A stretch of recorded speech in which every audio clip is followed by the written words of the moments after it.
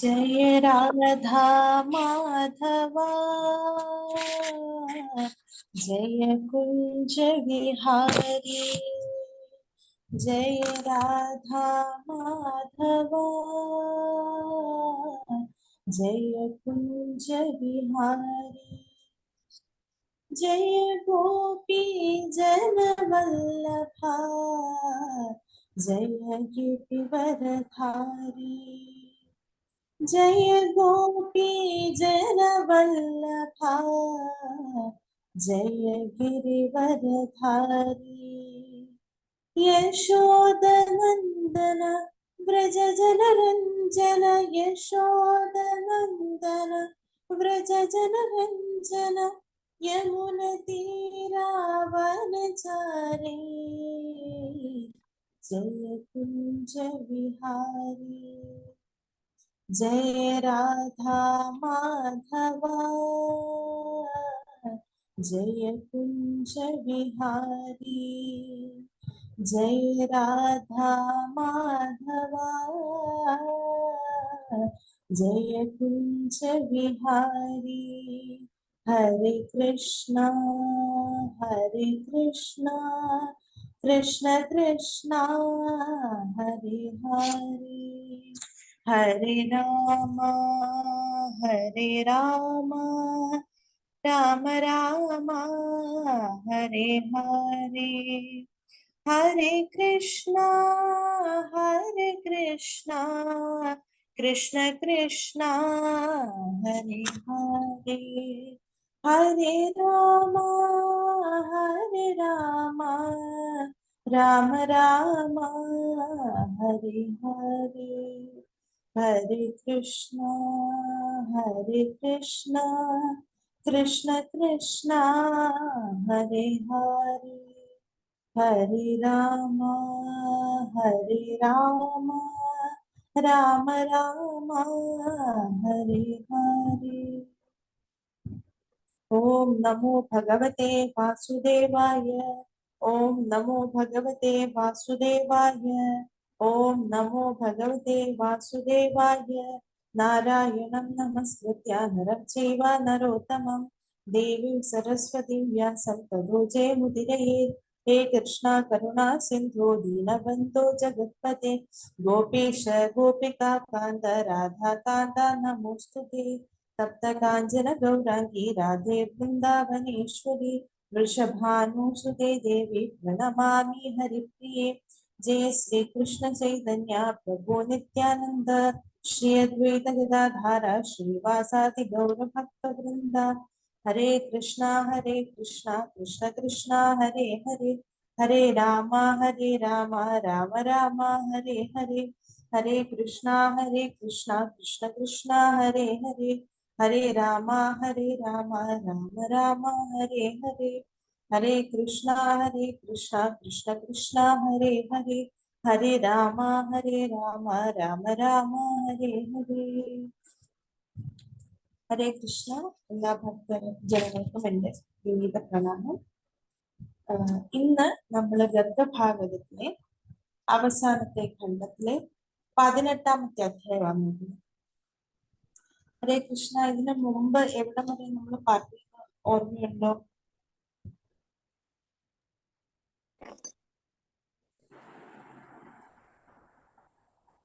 ഹരേ കൃഷ്ണ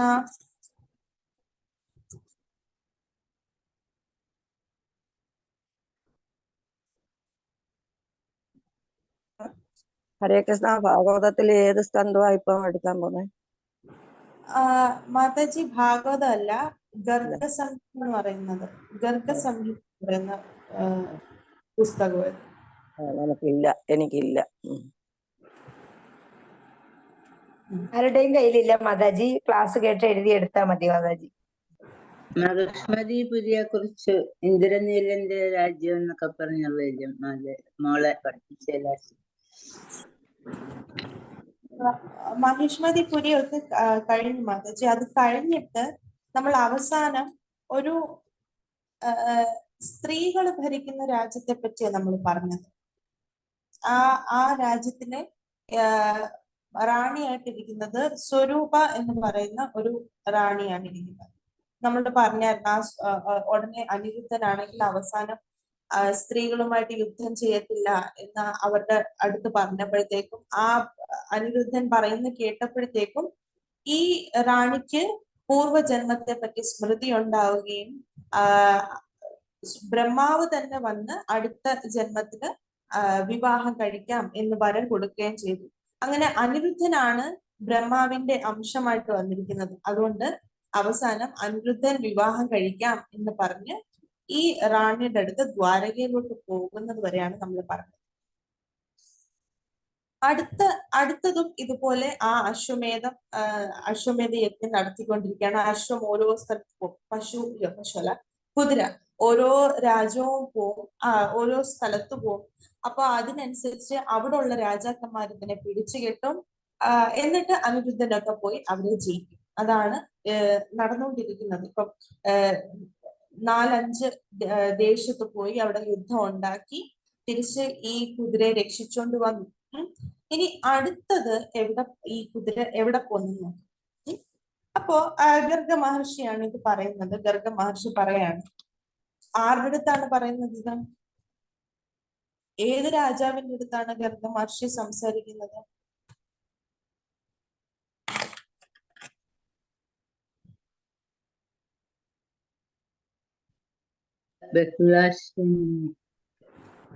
അല്ല, നാരദ മഹർഷിയാണ് ബഹുളാശു മഹാരാജാവിന്റെ അടുത്ത് പറഞ്ഞത്. ഇത് ഗർഗ മഹർഷി തന്നെ പറയുവാണ്. ഓക്കെ, ലാസ്റ്റിൽ പറഞ്ഞാൽ അപ്പൊ ഗർഗ മഹർഷി ഈ രാജാവിന്റെ അടുത്ത് പറയാണ്. ഏത് രാജാവാണ്? അനിരുദ്ധന്റെ മകനാണ്. അനിരുദ്ധന്റെ മകൻ. ഓക്കെ, അപ്പൊ രാജാവിന്റെ അടുത്ത് പറയാണ്, ആ റാണി ഭരിക്കുന്ന ആ ദേശം ഫുൾ അവിടുന്ന് ജയിച്ചിട്ട് അനിരുദ്ധൻ അടുത്തതായിട്ട് എങ്ങോട്ട് പോകുന്നു എന്ന് പറയാണ്. അപ്പൊ അതിനു മുമ്പ് അശ്വം, നമ്മുടെ കുതിര അടുത്തതായിട്ട് അതിന് ഭയങ്കരമായിട്ടും ദാഹിച്ചു. ആ കുതിരയ്ക്ക് ഭയങ്കരമായിട്ടും ദാഹിച്ചു. ഇത്രയും നടന്ന് ഇത്രയും പോയി ഓരോ രാജാക്കന്മാരത്തിനെ കെട്ടി അങ്ങനെ കുറെ നടന്നു കഴിഞ്ഞപ്പോഴത്തേക്കും ഈ കുതിരയ്ക്കും ഭയങ്കരമായിട്ടും അങ്ങ് ദാഹിക്കാൻ തുടങ്ങി. അങ്ങനെ ഇങ്ങനെ നോക്കി നോക്കി എവിടെ വെള്ളം ഉണ്ടെന്ന് നോക്കി നോക്കി നടന്നു വന്നപ്പോഴത്തേക്കും ഒരു തടാകം കാണുകയും അവിടുന്ന് ഈ കുതിര വെള്ളം കുടിക്കാൻ തുടങ്ങി. ആ സമയത്ത് അവിടെ ഒരു രാക്ഷസനുണ്ട്. ഈ രാക്ഷസന്റെ പേരാണ് ഭീഷണൻ. ഭീഷണൻ എന്നാണ് ഈ രാക്ഷസന്റെ പേര്. അപ്പോ ഈ രാക്ഷസൻ ഉടനെ ഈ വെള്ളം കുടിച്ചോണ്ട് നിൽക്കുന്ന ഈ കുതിരയെ കണ്ടിട്ട് അതിന്റെ തലയിലാണെങ്കിൽ ഒരു പലകം വെച്ചിട്ടുണ്ട്, അല്ലെ? നമ്മൾ നേരത്തെ പറഞ്ഞായിരുന്നു അശ്വമേധ യജ്ഞത്തിനകത്ത് അശ്വത്തെ വിടുന്നതിന് മുമ്പ് ഈ അശ്വത്തിന്റെ നെറ്റിയിലായിട്ട് ഒരു പേപ്പർ വെച്ചിരിക്കും. എന്താണ് അതിനകത്ത് എഴുതിയിരിക്കുന്നത്? ആരാണ്, ഏത് രാജ്യത്തുള്ള ഏത് രാജാവാണ് ഈ അശ്വത്തെ വിട്ടിരിക്കുന്നത്, എന്തിനാണ് ഈ അശ്വത്തെ വിട്ടിരിക്കുന്നത് എന്നുള്ള കാര്യങ്ങളെല്ലാം അതിനകത്ത് എഴുതിയിരിക്കും. അങ്ങനെ ഈ ഭീഷണൻ എന്ന് പറയുന്ന ഈ ഈ രാക്ഷസൻ ഈ പലകം എടുത്ത് വായിക്കുകയാണ്. വായിച്ചപ്പോഴത്തേക്കും ഈ രാക്ഷസന് ഭയങ്കര സന്തോഷമായി. എന്താന്ന് വെച്ചാൽ ഇനി അടുത്ത ഒരാൾ വഴക്കുണ്ടാക്കാൻ കിട്ടുമല്ലോ ഈ രാക്ഷസന്. അതുകൊണ്ട് ഈ രാക്ഷസന് സന്തോഷമായിട്ട് ഈ കുതിരയെ ഈ രാക്ഷസൻ പിടിക്കുകയാണ്. ആ സമയത്തേക്ക് കറക്റ്റ് ആ സമയം ആയപ്പോഴത്തേക്കും ഈ യാദവരെല്ലാം ഈ കുതിരയുടെ പുറകെ നടന്ന് ഈ കുതിരയെ നോക്കിക്കൊണ്ട് നടക്കുവാണ്. അങ്ങനെ ആ യാദവർ അവിടെ എത്തിച്ചേരുകയാണ്. അങ്ങനെ കുറച്ച് യാദവന്മാര് ഈ രാക്ഷസനെ ഈ കുതിരയെ പിടിച്ചോണ്ട് കൊണ്ടുപോകാനായിട്ട് നിൽക്കുന്നതായിട്ട് കാണുക.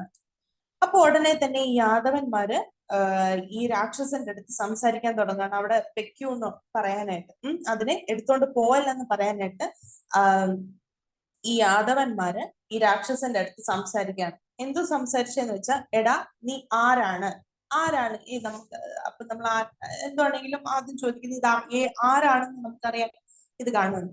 എന്നാലല്ലേ അവർക്ക് പോയി യുദ്ധം ചെയ്യാൻ പറ്റത്തുള്ളൂ. അപ്പൊ യാദവർ ഉടനെ ഈ രാക്ഷസന്റെ അടുത്ത് ചോദിക്കുകയാണ്, നീ ആരാണ്? പിന്നെ സിംഹത്തിന്റെ വസ്തു ചെന്നായ കൊണ്ടുപോകുന്നത് പോലെ ഇത് ഉഗ്രസേന മഹാരാജാവിന്റെ കുതിരയാണ്. അത് നീ കൊണ്ടുപോകാനായിട്ട് ആരാണ്?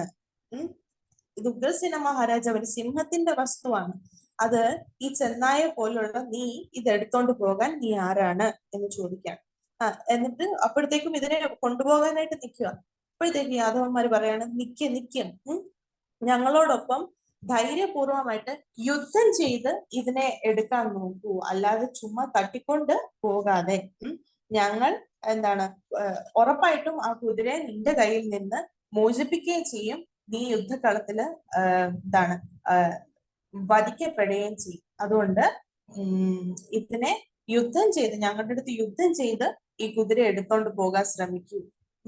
പിന്നെ ശകുനി, നരകാസുരൻ, ബാണാസുരൻ മുതലായ വലിയ വലിയ രാക്ഷസന്മാര് അവരെ പോലും ഞങ്ങൾ യാദവന്മാര് ഇല്ലാതാക്കിയിട്ടുണ്ട്. അപ്പൊ അതിനെ സംബന്ധിച്ച് നോക്കുമ്പോഴത്തേക്ക് നീ വെറും നിസ്സാരനാണ്. അതുകൊണ്ട് ഈ കുതിര ഇവിടെ തിരിച്ച് ഞങ്ങൾക്ക് തന്നിട്ട് പോ, അല്ലെങ്കിൽ നീ ഉറപ്പായിട്ടും വധിക്കപ്പെടുമെന്ന് പറയാം. അപ്പൊ ഇത് ആരുടെ അടുത്ത് പറഞ്ഞാണ്? ഈ കുതിരയെ പിടിച്ചോണ്ട് പോകാനായിട്ട് രാക്ഷസൻ അവിടെ നിൽക്കുകയും ആ സമയത്ത് ഈ യാദവന്മാർ അതിനെ കണ്ട് തടയാൻ നോക്കുകയും ചെയ്യാം. ഈ രാക്ഷസന്റെ പേര് ഭീഷണൻ. അപ്പൊ ഇതൊക്കെ കേട്ട് കഴിഞ്ഞപ്പോഴത്തേക്കും ഈ ശരിക്കും ഈ രാക്ഷസൻ എന്ന് പറയുന്നത് ഭയങ്കര വലിയ ദേവന്മാര് പോലും ഭയപ്പെടുന്ന ഒരു രാക്ഷസനാണ്. അങ്ങനെ ഇതെല്ലാം കേട്ടുകൊണ്ടിരിക്കുവായിരുന്നു ഈ രാക്ഷസൻ. അവസാനം ഈ രാക്ഷസനാണെങ്കിൽ തിരിച്ച് ഈ ഭീഷണൻ എന്ന് ഞാൻ വിളിക്കാം, ഭീഷണൻ തിരിച്ച് ഈ യാദവരുടെ അടുത്ത് തിരിച്ച് പറയാണ്. എന്താ പറഞ്ഞത്?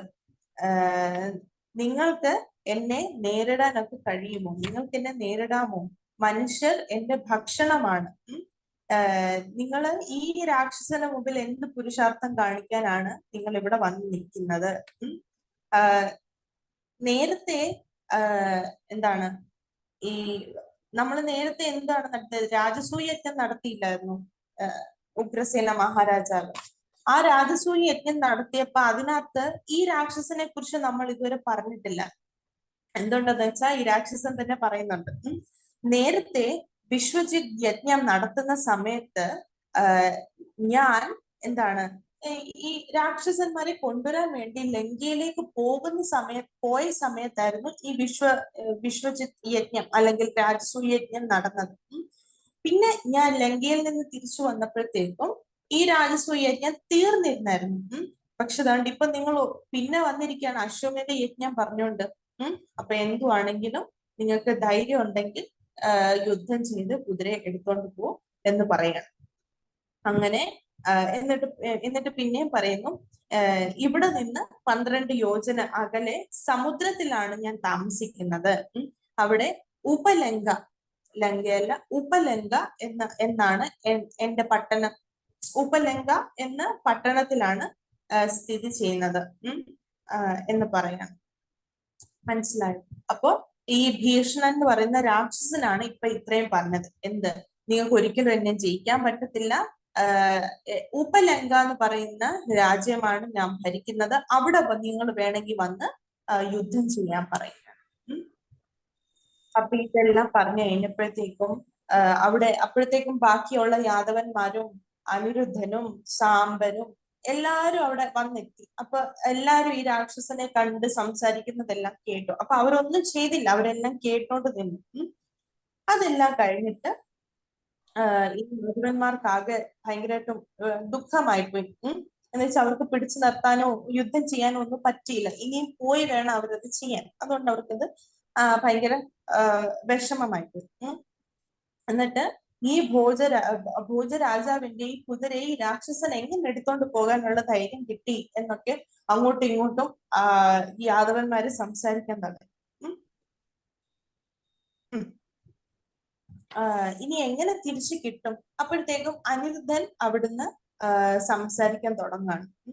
ഈ ഉഗ്രസേന മഹാരാജാവിന്റെ ഈ കുതിരയെ പിടിച്ചോണ്ട് പോയത് ഇനി നമുക്ക് എങ്ങനെ ഇത് തിരിച്ചു കിട്ടും? നമ്മൾ ഇനി എന്ത് ചെയ്താൽ ഇതിനെ തിരിച്ചു കിട്ടും എന്ന് പറയാം.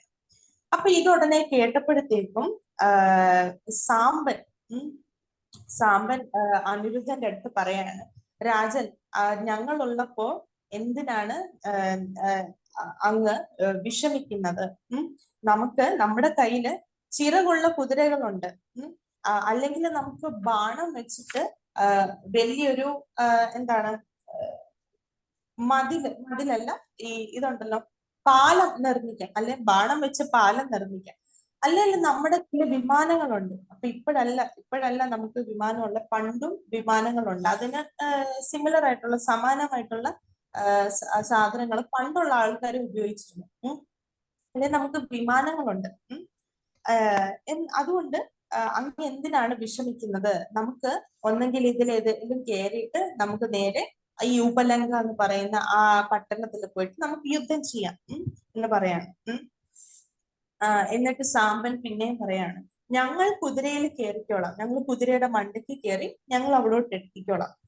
അല്ലെങ്കിൽ ബാണം വെച്ച് പാലം ഉണ്ടാക്കുകയോ ചെയ്യാം.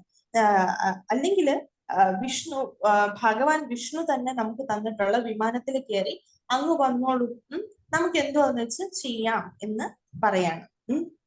ഇതെല്ലാം അനിരുദ്ധൻ കേട്ടോണ്ടിരിക്കുകയാണ്. അത് കഴിഞ്ഞിട്ട് അനിരുദ്ധൻ നേരെ ഉദ്ധവരുടെ അടുത്ത് ചോദിക്കണം. എപ്പോഴും നമ്മൾ നേരത്തെ ഈ രാജാക്കന്മാർ ആരാണെന്നൊക്കെ അറിയാൻ വേണ്ടി അനിരുദ്ധൻ നേരെ ആദ്യം ചോദിക്കുന്നത് ഉദ്ധവരുടെ അടുത്താണ്. അതുപോലെ അനിരുദ്ധൻ ഉദ്ധവരുടെ അടുത്ത് നേരെ ഇങ്ങനെ നോക്കി. എന്നിട്ട് അനിരുദ്ധൻ ചോദിക്കുകയാണ്, മന്ത്രി പ്രവര, ഈ ശ്യാമകർണ അശ്വത്തെ നമ്മുടെ കയ്യിൽ നിന്ന് നഷ്ടപ്പെട്ടിരിക്കുകയാണ്. ഇപ്പോൾ നാം എന്ത് ചെയ്യണം? ഇപ്പൊ ഇനി നമ്മൾ എന്ത് ചെയ്യണം? താങ്കളുടെ ഉദ്ധവരുടെ എന്താണ് ആജ്ഞ അനുസരിച്ച് മാത്രം കാര്യം ചെയ്യണമെന്നാണ് ശ്രീകൃഷ്ണ ഭഗവാൻ എൻ്റെ അടുത്ത് പറഞ്ഞിരിക്കുന്നത്. അതുകൊണ്ട് അങ്ങ് തന്നെ പറയൂ, എന്താണ് നമ്മൾ ചെയ്യേണ്ടത് എന്ന് പറഞ്ഞു. അങ്ങയുടെയും കൂടെ ആജ്ഞകൾ കേട്ടാല് നമ്മൾ അതിനനുസരിച്ച് നമുക്ക് എന്തെങ്കിലും ചെയ്യാമായിരുന്നു. അതുകൊണ്ട് അങ്ങ് പറയൂ, എന്താണ് ചെയ്യേണ്ടത് എന്ന് പറയാം. അപ്പൊ ഈ അനിരുദ്ധൻ ഇതൊക്കെ പറയുന്ന കേട്ടപ്പോഴത്തേക്കും ഉദ്ധവർക്ക് ശരിക്കും ഒരു ഇച്ചിരി ഇത്രയും എന്നുവെച്ചാൽ വലിയ വലിയ ആൾക്കാരുടെ അടുത്ത് എന്താണ് നമ്മുടെ അടുത്ത് ഓരോ അഭിപ്രായം ചോദിക്കുമ്പോൾ നമുക്കൊരു ഇത് വരത്തില്ല. അതുപോലെ തന്നെ എന്താണ് ഉദ്ധവർക്ക് ഇച്ചിരി എന്താണ് ലജ്ജ തോന്നി. എന്നിട്ട് പറയാണ്, സഹോദര, ഞാൻ ശ്രീകൃഷ്ണ ഭഗവാന്റെ അല്ലെ പ്രത്യേകിച്ച് അതിന്റെ കൂടെ തന്നെ ശ്രീകൃഷ്ണന്റെ പുത്രന്മാരുടെ എല്ലാം നിത്യദാസനാണ്. അതുകൊണ്ട് ആജ്ഞാനുവർത്തിയായിട്ടുള്ള നിത്യദാസനാണ്. അതുകൊണ്ട് ഞാൻ ഇനി എന്ത് പറയാനാണ്? അങ്ങ് എന്ത് ചെയ്താലും അത് നിശ്ചയമായിട്ടും അത് ജയിക്കുക തന്നെ ചെയ്യും. അതുകൊണ്ട് അങ്ങ് തന്നെ അത് തീരുമാനിച്ച് അങ്ങ് തന്നെ അത് ചെയ്താലും എന്ന് പറയാണ്. അപ്പോഴത്തേക്കും അനിരുദ്ധൻ പറയാണ്, എന്നാ പിന്നെ ഞാൻ എന്താണ് വിഷ്ണു ഭഗവാൻ തന്നിട്ടുള്ള വിമാനം പ്രയോഗിച്ച് 10 അക്ഷൗഹിണി സേനയുമായിട്ട് നമുക്ക് ഉപലങ്കയിലോട്ട് പോകാം. എന്നിട്ട് കുറച്ച് യാദവന്മാരെ ഇവര് ആ സ്ഥലത്ത് തന്നെ നിർത്തുന്നുണ്ട്.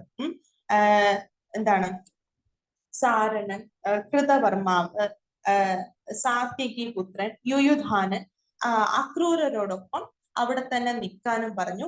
ഇതിൽ നിന്ന് കുറച്ചു പേര് സാമ്പൻ, അനിരുദ്ധൻ, വേറെ കുറെ അക്ഷൗണി സേനയുമായിട്ട് ഇവര് ഉപലങ്കയിലോട്ട് പോവുകയാണ്. അവര് 2 പാർട്ടാവുകയാണ്. യാദവരുടെ ആ സൈന്യം 2 പാർട്ടായി. കുറച്ചു പേര് അവിടെ നിൽക്കുകയും കുറച്ചു പേര് ഉപലങ്കയിൽ പോയി യുദ്ധം ചെയ്യാം എന്ന് അവര് തീരുമാനിക്കാം.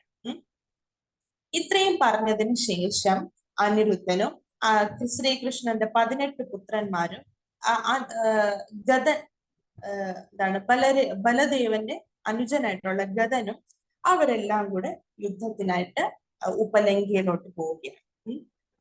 ഇത്രയുമാണ് ആദ്യത്തെ അധ്യായം പറയുന്നത്.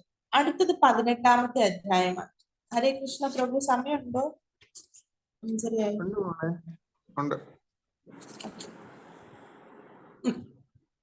അങ്ങനെ അതിനുശേഷം അവരാണെങ്കിൽ ഉപലങ്കയിലോട്ട് ഇവരെല്ലാരും പോവുകയാണ്. അങ്ങനെ പോയി കഴിഞ്ഞപ്പോഴത്തേക്കും അപ്പൊ അനിരുദ്ധൻ വിമാനത്തിലാണ് പോകുന്നത്. അപ്പൊ ഇപ്പോഴത്തെ പോലെ നമ്മളിങ്ങനെ കാണത്തില്ലേ, ഈ വിമാനത്തിന്റെ ഈ നമ്മുടെ ചിറകിരിക്കുന്ന ആ സ്ഥലത്തായിട്ട് ഇതുപോലെ ഷൂട്ട് ചെയ്യാൻ പറ്റുന്ന പോലെ ആ സെയിം സംഭവം ആ സമയത്തും ഉണ്ടായിരുന്നു. അങ്ങനെ ഈ ഉപലങ്കയിൽ എത്തിയപ്പോഴത്തേക്കും അനിരുദ്ധൻ ബാണങ്ങളെല്ലാം ഈ നഗരത്തെ മുഴുവൻ നശിപ്പിക്കാൻ ആദ്യം ഇവര് ശ്രമിക്കുകയാണ്. അപ്പൊ അവിടുത്തെ ക്രീഡാ സ്ഥലങ്ങള്, വലിയ വലിയ കവാടങ്ങള്, വലിയ വലിയ കൊട്ടാരങ്ങള്, അവിടെയുള്ള വനപ്രദേശങ്ങളിൽ എല്ലാം തീയിടുകയും തീയിടുവല്ല ഇങ്ങനെ ബാണങ്ങൾ വെച്ച് ഓരോന്നും നശിപ്പിക്കാൻ തുടങ്ങാണ്. അതിന്റെ കൂടെ തന്നെ ഈ വിമാനത്തിന്റെ സൈഡിൽ നിന്നിട്ട് ഇതുപോലെ ഓരോ എന്താണ് ബുള്ളറ്റ് പോലെ ഇങ്ങനെ പോകുന്നുണ്ട്. അപ്പൊ അന്നത്തെ കാലത്ത് അതിനുള്ള അവര് വേറെ രീതിയിൽ അത് അങ്ങനെ ചെയ്തിട്ടുണ്ടായിരുന്നു. അങ്ങനെ ഉപലങ്ക മുഴുവൻ ഇവര് നശിപ്പിക്കുകയാണ്. അപ്പൊ ഇപ്രകാരം യാദവര് എന്താണ് ഇതെല്ലാം ചെയ്ത കണ്ടപ്പോഴത്തേക്കും അത് ഈ ഭീഷണൻ എന്ന് പറയുന്ന ഈ രാജാവാണെങ്കിൽ, ഭീഷണൻ എന്ന് പറയുന്നത് ശരിക്കും ഉപലങ്കയുടെ രാജാവാണ്. അങ്ങനെ ഇതെല്ലാം കണ്ടപ്പോഴത്തേക്കും യാദവർ ഇതെല്ലാം ചെയ്യുന്ന കണ്ടപ്പോഴത്തേക്കും ഈ ഭീഷണനും ഭയങ്കരമായിട്ട് പേടിയായിപ്പോയി. എന്നിട്ട് ആ നഗരം മുഴുവൻ അലങ്കോലപ്പെടുത്തുകയാണ്. അവിടെയുള്ള അവിടെ താമസിച്ചിരുന്ന വേറെ രാക്ഷസന്മാരെല്ലാവരും നിലവിളിച്ചോടുന്നു. ആ സമയത്ത് ഉടനെ തന്നെ ഈ ഭീഷണൻ ഉടനെ തന്നെ വന്നിട്ട് അവിടെ പേടിച്ചോടുന്ന ആൾക്കാരെ ഒരു വിധത്തിലൊന്ന് പറഞ്ഞ് സമാധാനിപ്പിച്ച് അവർക്കൊരു എന്താണ് രക്ഷയൊക്കെ കൊടുത്ത് എന്താണ് അവിടെ അവരെ സുരക്ഷിതമാക്കി. എന്നിട്ട് അപ്പോഴത്തേക്കും ഈ ബാക്കിയുള്ളവരെല്ലാം രാക്ഷസന്മാരും വന്നു, ഈ ഭീഷണനും വന്നു. എന്നിട്ട് അവര് യുദ്ധം ചെയ്യാൻ ശ്രമിക്കുകയാണ്. അപ്പൊ അനിരുദ്ധൻ ആ സമയത്തും വിമാനത്തിൽ നിന്നിട്ടാണ് യുദ്ധം ചെയ്യുന്നത്. ഭീഷണൻ താഴെ നിന്നിട്ട് ഓരോ ബാണങ്ങളൊക്കെ അയച്ച് യുദ്ധം ചെയ്യാൻ ശ്രമിക്കുന്നുണ്ട്. അങ്ങനെ അവസാനം ആയപ്പോഴത്തേക്കും ഇവര് തമ്മിലുള്ള ഒരു യുദ്ധം അവിടെ നടക്കുകയാണ്. എന്നിട്ട് അവസാനം ഭീഷണൻ പറയാണ്, നിങ്ങൾ ഈ ബലഹീനരെ പോലെ ഈ ആകാശത്ത് നിന്ന് യുദ്ധം ചെയ്യാതെ ധൈര്യം ഉണ്ടെങ്കിൽ ഈ ഭൂമിയിൽ തന്നെ വന്ന് നിന്ന് എന്റെ നേരെ യുദ്ധം ചെയ്യൂ എന്ന് പറയാണ്. അപ്പൊ ഇത് കേട്ടപ്പോഴത്തേക്കും അനിരുദ്ധൻ ഓക്കെ, നമുക്ക് ഭൂമിയിൽ തന്നെ നിന്ന് യുദ്ധം ചെയ്യാം എന്ന് പറഞ്ഞിട്ട് അനിരുദ്ധൻ ഭൂമിയിലോട്ട് ഇറങ്ങി വരികയാണ്. ഭൂമിയിൽ വന്ന് അവരെല്ലാം പ്രോപ്പർ ആയിട്ടുള്ള യുദ്ധം നടക്കുകയാണ്. ആ സമയത്ത് ഈ ലങ്കയിൽ പോയിട്ട് ഈ രാക്ഷസന്മാരും ഈ വാനരന്മാരും തമ്മിലുള്ള യുദ്ധം പോലെ ഇവിടെ ഇപ്പം യാദവന്മാരും രാക്ഷസന്മാരും തമ്മിലുള്ള ഭയങ്കര യുദ്ധം നടക്കുകയാണ്. ഭയങ്കര ഘോരമായിട്ടുള്ള യുദ്ധം നടക്കുകയാണ്. ഈ രാക്ഷസന്മാരുടെ ഒക്കെ വരുമ്പോഴത്തേക്കും ഭയങ്കര ഘോരമായിട്ടുള്ള യുദ്ധം നടക്കുകയാണ് അവിടെ. അപ്പൊ അനിരുദ്ധൻ പറയാണ്, അങ്ങ് ഇനി എന്താണ് ഈ ഭീഷണന്റെ അടുത്ത് പറയാണ്, എന്താണ് ഇനി കൂടുതൽ ചിന്തിച്ചിട്ട് പ്രയോജനമൊന്നുമില്ല, അങ്ങ് എന്താണ് ഈ യുദ്ധത്തിൽ ഭയമൊക്കെ ഉപേക്ഷിച്ച് യുദ്ധം ചെയ്യൂ എന്ന് പറയാം. അങ്ങനെ അവര് യുദ്ധം ചെയ്യാൻ തുടങ്ങാണ്. യുദ്ധം ചെയ്യാൻ തുടങ്ങിയപ്പോഴത്തേക്കും ആദ്യം ഈ ഭീഷണൻ 4 എന്താണ് ബാണങ്ങൾ വെച്ചിട്ട് നേരെ അനിരുദ്ധന്റെ നേരെ വിടുകയാണ്. അപ്പൊ ആദ്യം അനിരുദ്ധൻ ഭയങ്കര കളിച്ച് ഒക്കെയാണ് യുദ്ധം ചെയ്തത്. അങ്ങനെ അവസാനമായപ്പോഴത്തേക്കും അവർ അങ്ങോട്ടും ഇങ്ങോട്ടും ഭയങ്കരമായിട്ട് യുദ്ധം നടന്ന് ആദ്യം കുറെ ബാണങ്ങള് ഈ ഭീഷണന് കൊണ്ടു. അത് കഴിഞ്ഞിട്ട് അനിരുദ്ധനെ അവസാനം ബാണം വെച്ചിട്ട് കുറെ യുദ്ധം ചെയ്തു. അവസാനം അനിരുദ്ധന്റെ രഥത്തെയും ഈ സാരഥിയെയും എല്ലാത്തിനെയും ഈ ഭീഷണൻ നശിപ്പിക്കുകയാണ്. അങ്ങനെ അനിരുദ്ധനും ബോധം കെട്ട് അവിടെ വീഴുകയാണ്. അങ്ങനെ ആ സമയം യാദവന്മാരെല്ലാം നോക്കിയപ്പോഴത്തേക്കും അനിരുദ്ധൻ അവരുടെ ഫുള്ള് നയിച്ചുകൊണ്ട് പോകുന്ന അനിരുദ്ധനാണ്. അനിരുദ്ധൻ ബോധം കെട്ട് വീണ്ടും നടന്നപ്പോഴത്തേക്കും യാദവന്മാരെല്ലാം കൂടെ ഭയങ്കരമായിട്ടും ദേഷ്യം വന്നിട്ട് അവര് പിന്നെയും കുറെ ബാണങ്ങള് ഈ ഭീഷണന് നേരെ വിടുകയാണ്. പക്ഷെ അതെല്ലാം ഭീഷണൻ ഇങ്ങനെ തടഞ്ഞൊക്കെ നിർത്തി ഒരു വിധത്തിൽ അവരുടെ അടുത്ത് യുദ്ധം ചെയ്യും. എന്നിട്ട് ഈ ബാണങ്ങളെല്ലാം മാറ്റി വെച്ചിട്ട് ഭീഷണൻ അടുത്തത് ഗദ എടുക്കുകയാണ്. ആ സമയത്ത് ഗദൻ, ബലരാമന്റെ ഇളയ സഹോദരനായിട്ടുള്ള ഗദൻ ഉടനെ യുദ്ധത്തിൽ കയറാണ്. ഗദന്റെ സ്പെഷ്യാലിറ്റി എന്ന് വെച്ചാൽ ഗദ വെച്ചിട്ടുള്ള യുദ്ധമാണ്. അങ്ങനെ ഈ ഗദനാണെങ്കിൽ ഈ ഗദ വെച്ചിട്ട് ഈ ഭീഷണന്റെ തലക്കടിക്കുകയാണ്. അങ്ങനെ ഭീഷണനും അവിടെ ബോധം കെട്ട് വീഴാണ്. അങ്ങനെ പിന്നെ അവിടെ ഭയങ്കര യുദ്ധം, ബാക്കിയുള്ള അസുരന്മാരും യാദവന്മാരും തമ്മിലുള്ള യുദ്ധം നടക്കുക. ആ സമയം കുറച്ച് കഴിഞ്ഞപ്പോഴത്തേക്കും അനിരുദ്ധന് ബോധം വീണ് തിരിച്ച് എണീക്കുകയാണ്. അനിരുദ്ധൻ എണീറ്റു. എന്നിട്ട് അനിരുദ്ധൻ ചോദിക്കാൻ തുടങ്ങി, എന്റെ ശത്രു ആ ദുഷ്ടനായിട്ടുള്ള ഭീഷണൻ എവിടെ പോയി? അങ്ങനെ ചോദിച്ചപ്പോഴത്തേക്കും ബാക്കി എല്ലാവർക്കും മനസ്സിലായി അനിരുദ്ധൻ എണീറ്റു. അങ്ങനെ അവർക്കും അപ്പൊ ദേവന്മാരും എല്ലാവർക്കും ഭയങ്കര സന്തോഷമായിട്ട് സമാധാനമായി അവർക്ക് അനിരുദ്ധൻ എണീറ്റല്ലോ. അങ്ങനെ പിന്നെയും അവര് യുദ്ധം നടക്കുക. ആ സമയത്ത് ഈ ഭീഷണന് ഒരു അച്ഛനുണ്ട്, ഭഗൻ എന്നാണ് ഈ അച്ഛന്റെ പേര്. ആ സമയത്ത് നാരദൻ പറഞ്ഞ് ഈ എന്താണ് ഈ ഭഗൻ ഈ കാര്യങ്ങളെല്ലാം അറിയുകയാണ്. മനസ്സിലായോ? ഭീഷണന്റെ അച്ഛനാണ് ഭഗൻ. ഭഗൻ വേറെ ഏതോ സ്ഥലത്തായിരുന്നു. അവിടെ വെച്ചിട്ട് നാരദൻ അറിഞ്ഞ് എന്താണ് ഭീഷണൻ ഇതുപോലെ തിരിച്ച് ഉപലങ്കയിലോട്ട് വരികയാണ്. അങ്ങനെ വന്ന സമയത്ത് അവിടെ എല്ലാം ഭയങ്കര യുദ്ധം നടക്കുകയാണ്. ബാക്കിയുള്ള രാക്ഷസന്മാരെല്ലാം ഭയങ്കര യുദ്ധം നടക്കുകയാണ്. അങ്ങനെ ഈ ഭഗൻ തിരിച്ച് ഈ ഉപലങ്കയിലോട്ട് വന്നപ്പോഴത്തേക്കും ഭഗൻ ആദ്യം കാണുന്നത് തന്റെ മകൻ അവിടെ ബോധരഹിതനായിട്ട് കിടക്കുന്നതാണ്. അപ്പോഴത്തേക്കും ഭഗൻ അയ്യോ എന്റെ ദൈവമേ എന്നൊക്കെ പറഞ്ഞ് ഈ എന്താണ് ഭീഷണന്റെ അടുത്ത് വന്നു. എന്നിട്ട് ഭീഷണനെ ഇങ്ങനെ ഉണർത്താനൊക്കെ നോക്കി. അങ്ങനെ കുറച്ച് 2 മിനിറ്റ് ഒക്കെ കഴിഞ്ഞപ്പോഴത്തേക്കും ഭീഷണൻ ഉണർന്നു. എന്നിട്ട് ഭീഷണന്റെ അടുത്ത് എന്താണ് സംഭവിച്ചതെന്നുള്ള ചോദിക്കാം. അങ്ങനെ എന്താണ് സംഭവിച്ചതെന്നുള്ള ചോദിച്ചപ്പോഴത്തേക്കും ഈ ഭീഷണൻ പറയാണ് ഇതുപോലെ അശ്വമേധ യജ്ഞം നടത്താൻ അശ്വത്തെ കണ്ടു, അശ്വത്തെ ഞാൻ എടുത്തോണ്ട് വന്നു, അങ്ങനെയുള്ള യുദ്ധം എല്ലാം നടന്ന സംഭവങ്ങളെല്ലാം തന്നെ പറഞ്ഞു കൊടുക്കുക. അങ്ങനെ അത്രയും പറഞ്ഞു കഴിഞ്ഞപ്പോഴത്തേക്കും ഈ ഭഗനും ഭയങ്കരമായിട്ട് ദേഷ്യം വന്നിട്ട് ഭഗൻ ഉടനെ എന്താണ് ഈ അസ്ത്ര എല്ലാം എടുത്തിട്ട് എന്താണ് യുദ്ധം ചെയ്യാൻ തുടങ്ങുക. അങ്ങനെ അവരും തമ്മിൽ ഭയങ്കര യുദ്ധം നടക്കുകയാണ്. ഭയങ്കര യുദ്ധം അങ്ങോട്ടും ഇങ്ങോട്ടും എന്താണ് ഭയങ്കരമായിട്ടുള്ള യുദ്ധം നടക്കുകയാണ്. അനിരുദ്ധനുമായിട്ട് യുദ്ധം നടത്തുന്നു. അനിരുദ്ധനുമായിട്ട് യുദ്ധം നടത്തി പിന്നെയും അനിരുദ്ധൻ അവിടെ ബോധരഹിതനായിട്ട് വിടുകയാണ്. എന്നുവെച്ചാൽ അത്രയ്ക്കും ഭയങ്കര യുദ്ധമാണ്. ഇവരെ ജയിക്കാൻ എളുപ്പമല്ല. എന്നിട്ട് പിന്നെ കുറെ യാദവന്മാരെയും കുറെ ആനകളെയും കുറെ കുതിരകളെയും പിന്നെയും ഇവർ ഈ ഭഗൻ എങ്ങനെയാ യുദ്ധം ചെയ്യുന്നതെന്ന് വെച്ചാല് അവിടുത്തെ സാമ്പൻ അതുപോലെ ഭയങ്കര വീരന്മാരായിട്ടുള്ള ആൾക്കാരുടെ അടുത്ത് ആദ്യം യുദ്ധത്തിന് പോകത്തില്ല.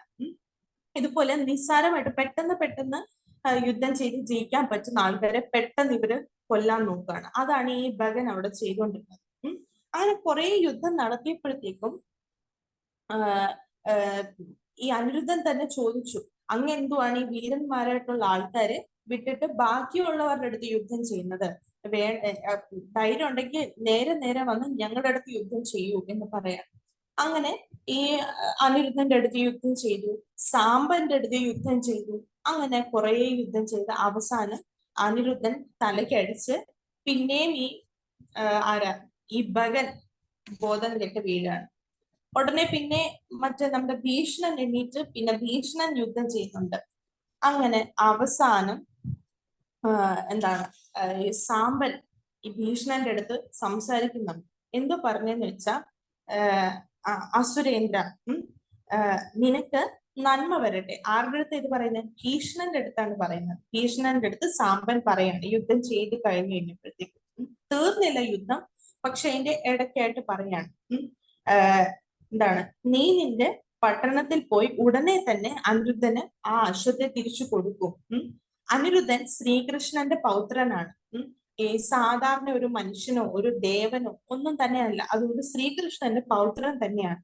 ദേവന്മാരും ദൈത്യന്മാരും മനുഷ്യരും എല്ലാം തന്നെ ആരുടെ മുമ്പിലാണോ തലകുനിച്ച് നിൽക്കുന്നത് ആ ആളുടെ മുമ്പിൽ ഇനി നീ യുദ്ധം ചെയ്യാൻ പോകണ്ട. അനിരുദ്ധൻ മനുഷ്യരുടെ പാപത്തെ ഇല്ലാതാക്കുന്നതാണ്. അതുകൊണ്ട് അനിരുദ്ധന്റെ മുമ്പിൽ തോറ്റെന്ന് വിചാരിച്ചിട്ട് നീ ദുഃഖിക്കേണ്ട ആവശ്യമില്ല. അനിരുദ്ധന്റെ മുമ്പിൽ തോറ്റിട്ടുണ്ടെങ്കിൽ അത് കൃഷ്ണന്റെ മുമ്പിൽ തോറ്റതിന് തുല്യമാണ്. അതുകൊണ്ട് തോറ്റതിനെ പറ്റി ദുഃഖിക്കേണ്ട ആവശ്യമില്ല. വേഗം തന്നെ പോയി അനിരുദ്ധന് തിരിച്ച് ആ അശ്വത്തെ കൊടുക്കൂ എന്ന് സാമ്പൻ പറയാണ്. അങ്ങനെ ഭീഷണന് വേറെ രക്ഷയില്ലാതായിപ്പോയി. എന്ന് വെച്ചാൽ അച്ഛൻ വരെ ബോധം കെട്ടി അവിടെ കിടക്കുകയാണ്. അതുകൊണ്ട് ഭീഷണൻ ഒന്നും ചെയ്യാൻ പറ്റാതെ ഉടനെ തന്നെ ഭീഷണൻ അകത്തു പോയിട്ട് കുറെ ഗിഫ്റ്റ് ഒക്കെ എടുത്ത് അനിരുദ്ധന് കൊടുക്കുകയാണ്. അത് കഴിഞ്ഞിട്ട് ഈ അനിരുദ്ധൻ ഭീഷണന്റെ അടുത്ത് പറയാണ്,